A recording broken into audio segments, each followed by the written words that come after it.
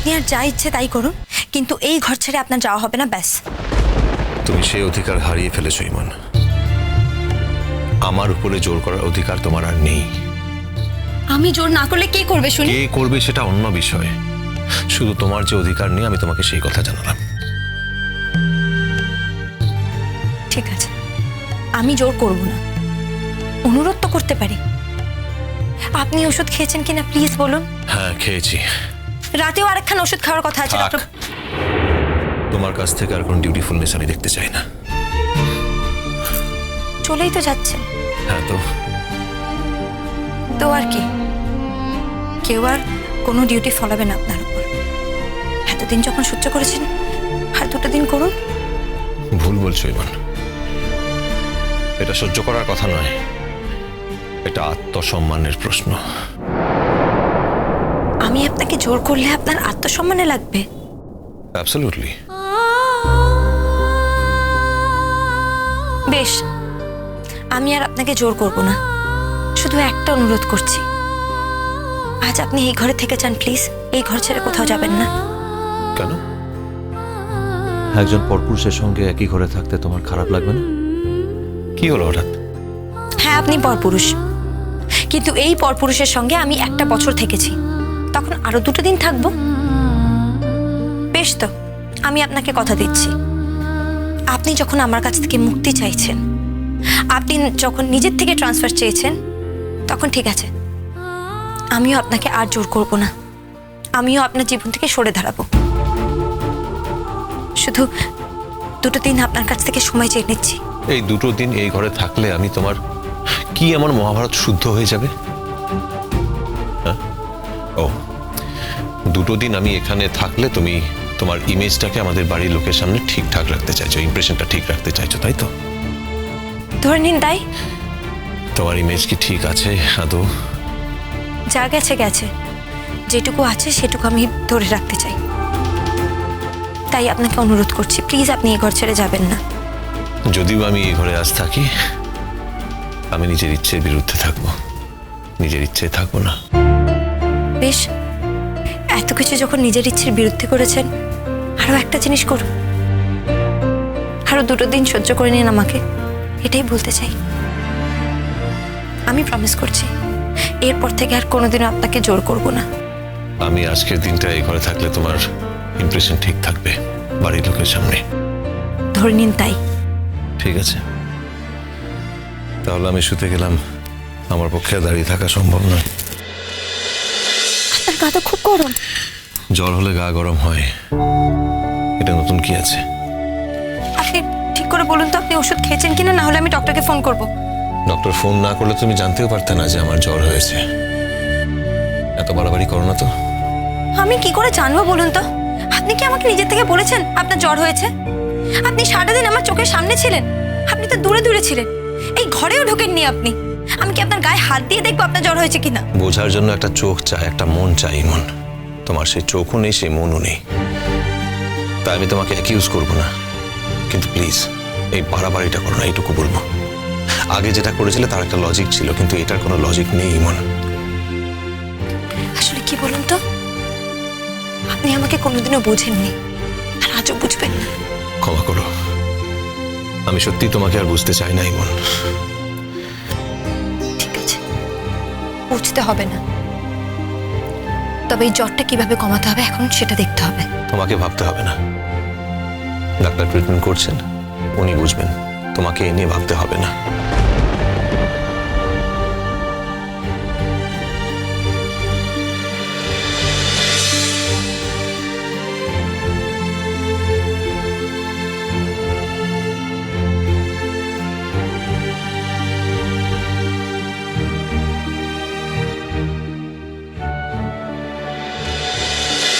দেখি, থাক,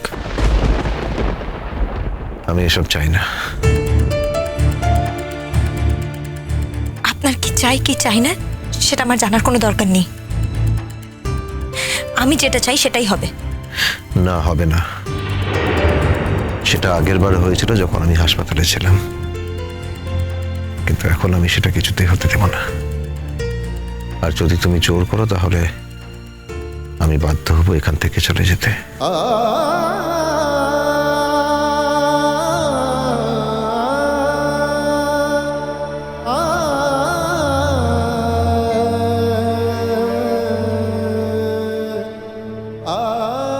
প্লিজ আমাকে অ্যালাউ করুন।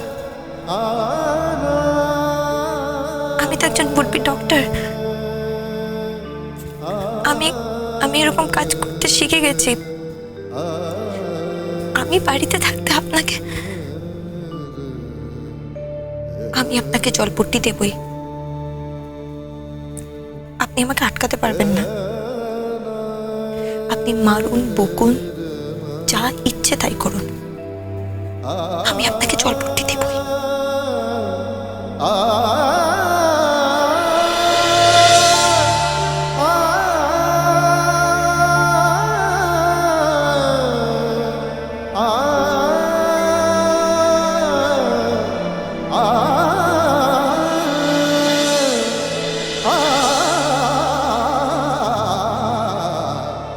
আমার ভালো হওয়ার সঙ্গে তোমার ঠিক কতটা সম্পর্ক? সম্পর্ক আছে, 100% সম্পর্ক আছে।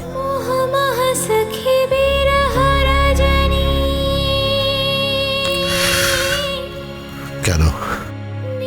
আমি এই পৃথিবীতে থাকি বা না থাকি তাতে কি তোমার সত্যি কিছু যায় আসে? আপনার এই পৃথিবীতে থাকা আমার জন্য খুব দরকার, আমার জন্য খুব দরকার। আমার তো কেউ নেই। আমি আপনাকেই আঁচড়াই, আপনাকেই কামড়াই। আমি আপনাকে আমার বাপির জায়গায় বসিয়ে দিয়েছি। আমার বাপির সঙ্গে আমি যা যা করতাম আমি আপনার সঙ্গেও তাই তাই করি। আমি জানি আমি আপনাকে অনেক আঘাত দিয়েছি, অনেক কষ্ট দিয়েছি। আমি খুব স্বার্থপর তো, তবুও আমি আপনাকেই আঁচড়াবো, আপনাকেই কামড়াবো।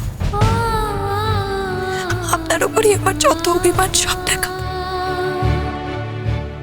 আর আপনাকে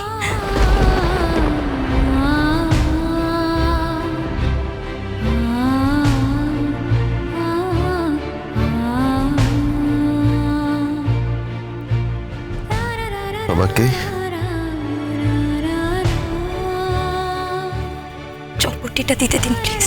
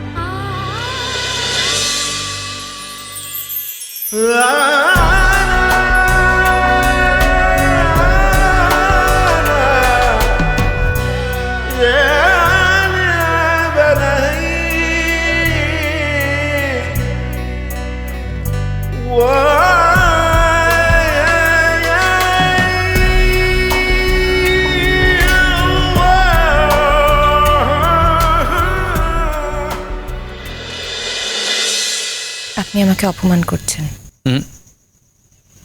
না, আমি আপনাকে অপমান করিনি। আমি আপনাকে বন্ধুর মতো সাহায্য করতে চেয়েছি। যার সঙ্গে জীবনে একদিন ছাড়া দেখা হয়নি তার সঙ্গে বন্ধুত্ব কিসের? দেখুন রূপকথা, আমি যখন আপনাকে সিঁদুর পরিয়েছিলাম, যখন মন্ত্র পড়ে অগ্নিসাক্ষী করে আপনাকে বিয়ে করেছিলাম, আমার দিক থেকে সেটা ভীষণভাবে সত্যি ছিল। সেই সময় উচ্চারণ করা সমস্ত মন্ত্রগুলো আমার বুকের ভেতর থেকে উঠে এসেছিল। সিঁদুর পরানোর সময় আপনার বিষাদ মাখানো মুখটা দেখে অনেক কিছু কল্পনা করেছিলাম। তখন তো জানতাম না ওই বিষাদ আসলে আপনার জীবনে অন্য কারো কথা ভেবে।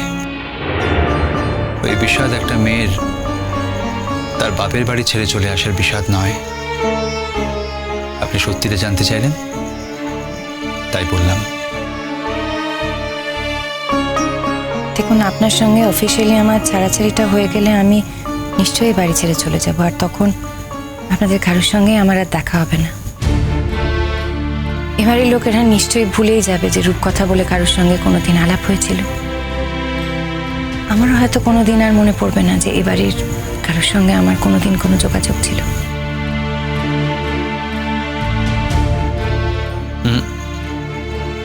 শুধু একজন ছাড়া, তাকে এত সহজে বলে আপনার পক্ষে সম্ভব হবে না। না, ভুলে যাবার মানে দেখা করার নয়। আমি ভুলে যাব না মানে রণর সঙ্গে যোগাযোগ রাখবো সে কথাও বলিনি, কিন্তু রণ যদি ইমনের সঙ্গে সুখী হয় তাহলে হোক। আমি শুধু এটুকুন জানি যে ইমনের মতো মেয়ের পক্ষে রণকে সুখী করা সম্ভব নয়।